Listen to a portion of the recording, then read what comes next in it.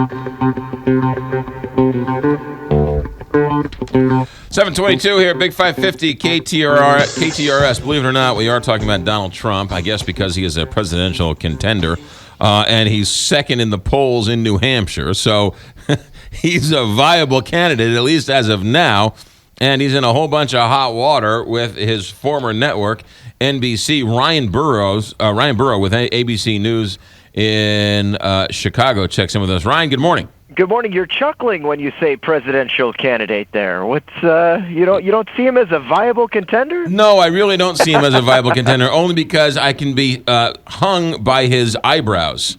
Yeah, good point. Yeah, he made an interesting stop here in Chicago yesterday. He met with the Chicago Tribune editorial board and then had a meeting at the Chicago City Club, which only had about 300 people in it. And then, of course, he met with the press after, and boy, I got to tell you, he loves those cameras. He would have stayed there for an hour. I mean, he doesn't. We're used to in the media, politicians coming out and doing one or two questions and then being whisked away by their people, their campaign staffers. No, not the Donald.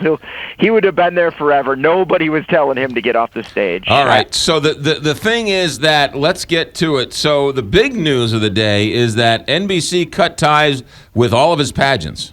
Yeah, correct. All the pageants and The Apprentice, due to what they describe as the recent derogatory statements. Of course, this dating back to last week when he made those statements about immigrants coming across the border, rapists, criminals.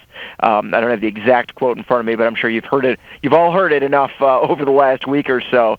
And of course, Donald is doubling down. He's not apologizing. He's saying that what he said was true.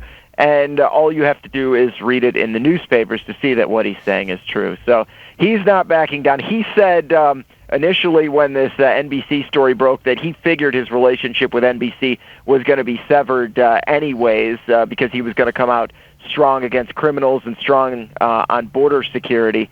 And then, of course, he also said that he'd consider suing NBC as a result of this. So he also didn't he also say that NBC backed the lying Brian Williams, but won't back the truthful Donald Trump? He is a gentleman who is not going to accept any kind of fault for anything, and he's going to try to turn the tables on people as quickly as he can. And we saw him do that song and dance. I was actually the one who got the question in about NBC. My phone had just buzzed about it seconds before, and I don't know if he was taken back by it, but he initially kind of danced around the answer, saying he kind of expected it, and then in the end ended up saying, well, they're not very strong on me, and then maybe I'll sue. So I mean, it was an interesting response. But he is getting some traction with the Republican electorate, is he not? Yeah, he that's one thing that he'll point out, that's for sure. He said he was polling second, you brought it up, in New Hampshire. I think that surprised him a little bit. But he believes this populist message is working, and his message isn't so much some of the issues and topics that we're used to seeing. He's talking more about China. He's talking more about Mexico. He wants to make America rich. That's what he keeps talking about over and over again. He's made himself rich. He can make all of Americans rich, and that's appealing to a lot of people. And when you've got a lot of these kind of outlier candidates right now in the Republican Party, I think people are just trying to learn as much as they can. And the Donald, we've all seen him. We've all seen him fire people on The Apprentice, so he's got definitely name recognition. How any Republican you've spoken to, higher up party elite party officials, they got to be hanging their heads saying, oh my goodness, what damage can this guy do to our brand? Yeah, that's part of it. Everyone's trying to find their location on the spectrum right now, whether it be Rand Paul or Marco Rubio or Jeb Bush. Donald Trump, I don't think anyone quite knows where on the spectrum of Republicans he is. He doesn't seem to be super hard conservative. But I guess we'll kind of see how this all works out. The thing is, he's kind of on an island, and he's just going to remain in this race until he's done having fun. And with all the controversy lately, we'll see how fun this gets for him in the next few weeks. Remember, there were a few dozen protesters out there yesterday, telling him to get out of the race and calling what he had said hate speech. So I'm sure there are going to be more people joining that call as he bounces around the country. But I'm sure he's doing exactly what he wanted to happen.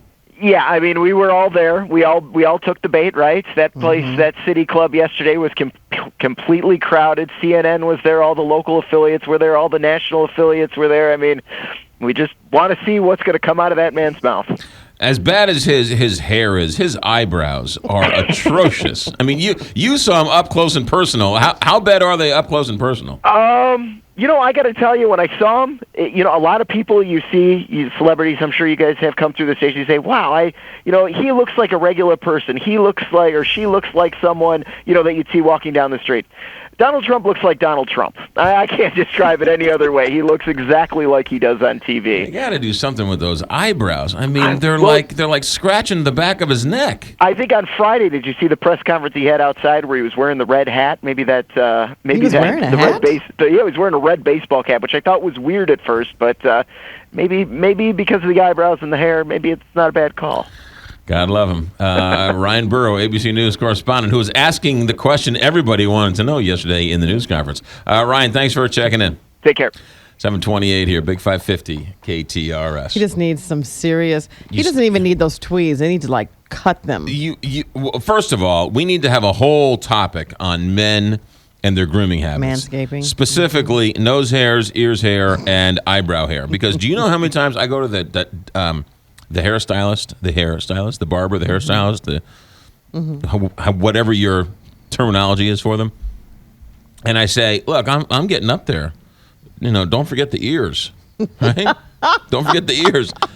And invariably, this has been said to me, don't look at my ears. Invariably, the predominantly women, I don't know if a man's cut my hair in a long time, but the women say to me, unprovoked, do you know how many men say to me when I go to cut their ears, oh, no, leave my ears alone? Really? So, out there somewhere, men somehow think, women are attracted to these fur balls growing out of your ear. No. That's my point. Whenever you have the possibility of insects growing in there, attracting but I always say, don't forget the eyebrows, don't forget the ears. And they say, well, I have to ask because so many men just don't want their nose hair, their ears, or their eyebrows trimmed. I didn't really know that the ear hair grew. Oh, trust me. And men have a lot of ear hair. Oh, some people part it. Put a little... Do a little French braid and a bow. Put a little, moose. Little moose in there. Make it all nice. Oh, God. 7:30 here, Big 550, KTRS.